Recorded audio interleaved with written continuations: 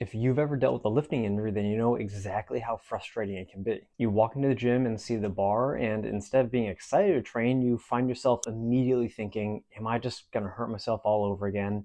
Am I doing the right thing? What if I just make my injury way worse? And then someone, whether it's a coach, physical therapist, doctor, or just your training partner, tells you the thing that pretty much no lifter wants to hear. Just stop lifting until it feels better. No squatting, no deadlifting, no pressing, no cleans, no snatches, none of the stuff that you actually want to be doing in the gym. Just rest. And if you're like me and most of the lifters that I've worked with, then this just doesn't feel frustrating. It feels like you're losing a part of yourself, because lifting isn't just a hobby, it's a part of who you are. And here's the part that nobody explains to you. Just completely resting and avoiding lifting is honestly one of the fastest ways to stay injured and deal with your pain for longer. Now, I'm not talking about fractures or medical emergencies or the rare situations where actual rest is the right move. I'm talking about the majority of lifting related pain and injuries where complete rest and avoiding lifting usually makes things worse instead of actually solving the problem. You lose the strength and size that you've worked so hard for, you lose your tolerance to training, and when you do try to get back to training, everything just ends up feeling really fragile and like you don't trust your body anymore. On top of that, your nervous system doesn't calm down and in most cases just gets more sensitive, which means that the pain comes back easier and easier each time. And the biggest issue that a lot of lifters deal with when they do just avoid lifting or completely rest is they lose the confidence that they used to have in their body and in their training. You constantly worry that you're just going to hurt yourself all over again when you try to get back to lifting. Every set just feels like it's filled with stress and anxiety, and you're always second guessing yourself. So instead of asking yourself, should I stop lifting, or for how long do I have to stop lifting to solve my pain,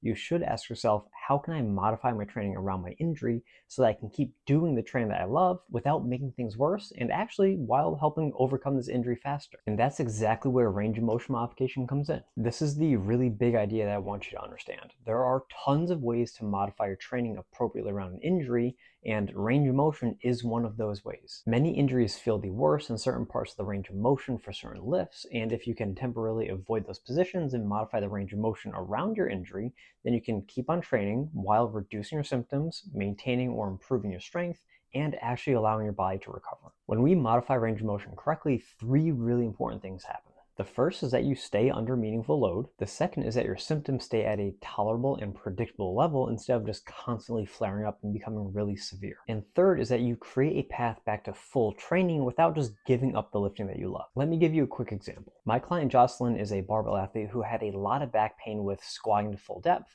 as well as doing things like cleans and snatches from the floor. She had tried traditional PT and rehabbing her injury on her own before, but the plans that she had never actually took her training into account and didn't help her modify it appropriately around her injury. So she kept on getting trapped in the cycle of resting from her training, trying to get back into it after feeling a little bit better, and then just having the pain flare up all over again. And this became really frustrating over time, and she didn't know what to do anymore. When we first started working together, we went over the lifts that were causing her to have increased pain, and we found ways to modify them around her injury so that she could train them safely and effectively from the beginning and progress back to full lifting over time. And now she's back to squatting to full depth, doing power cleans and power snatches, and all the movements that used to give her a lot of pain and trouble. And that's exactly how range of motion modification is supposed to work. Now let's talk about where pain commonly shows up in specific lifts, because that's where most lifters get stuck. For lifters dealing with knee pain, it's usually the worst at the bottom of squats, cleans, and snatches. So to address knee pain with squats, we can simply choose box or pin squats that start well above parallel to avoid that range of motion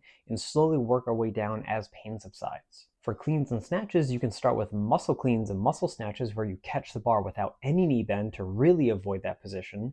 And then as the pain subsides, you can slowly work to power variations where you're now catching in a partial squat above parallel, and then work to full cleans and full snatches where you're catching the bar in a full squat. This way you're still training the movement, but you're avoiding the positions that the knees can't tolerate and then slowly working towards them as the pain subsides. Another common example is back pain with deadlifts, where it's typically worse when you're initially pulling the bar off the floor. So instead of pulling from the floor, we might do block pulls or rack pulls, or use something like an elevated trap bar. It's the same pattern of movement, but with less stress in those painful positions. Another really common example is shoulder pain at the bottom of the bench press. Instead of just eliminating benching altogether, you can start with something like a floor press that really limits the range of motion, and then progress to something like a board press or a spoto press, and then finally a full range bench press. Now, here's something that's really important. The goal is not to have 0 out of 10 pain at all times with these training modifications. The goal is to find ways to train these movements with tolerable and predictable symptoms and then progress that over time back to the normal style of training. A good guideline that I use with my own clients is that the pain should stay to about a 3 or maybe a 4 out of 10 pain during or right after the set.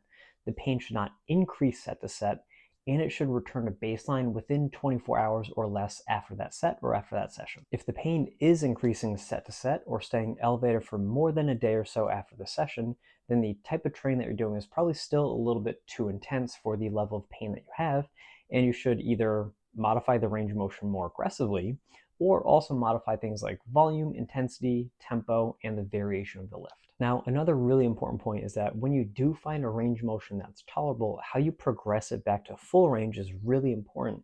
And that's honestly where most lifters actually get messed up. Most lifters will modify the range of motion for a little bit, feel quite a bit better, and then immediately jump back to full range of motion lifting. And when they make these big jumps, usually the symptoms come back, maybe not as bad as before, but definitely at a higher level than they would like. Instead, what you should do is think about increasing the range of motion in small, consistent steps. Increasing the range of motion consistently by 1 or 2 inches every couple of weeks and slowly getting back to full range of motion is a lot better of a strategy than just drastically increasing the range of motion when symptoms start to subside. You should basically think about progressing the range of motion the same way that you would progress load on the bar. Small, consistent increases over time. So if you're dealing with an injury right now and feel stuck between just pushing through the pain and completely avoiding lifting, there's a third option, and that is to modify your lifting intelligently around your pain and slowly progress back to 100% as your tolerance improves and your pain subsides. That's exactly how so many of the lifters that I've worked with have been able to get back to 100% and back to lifting that they love doing.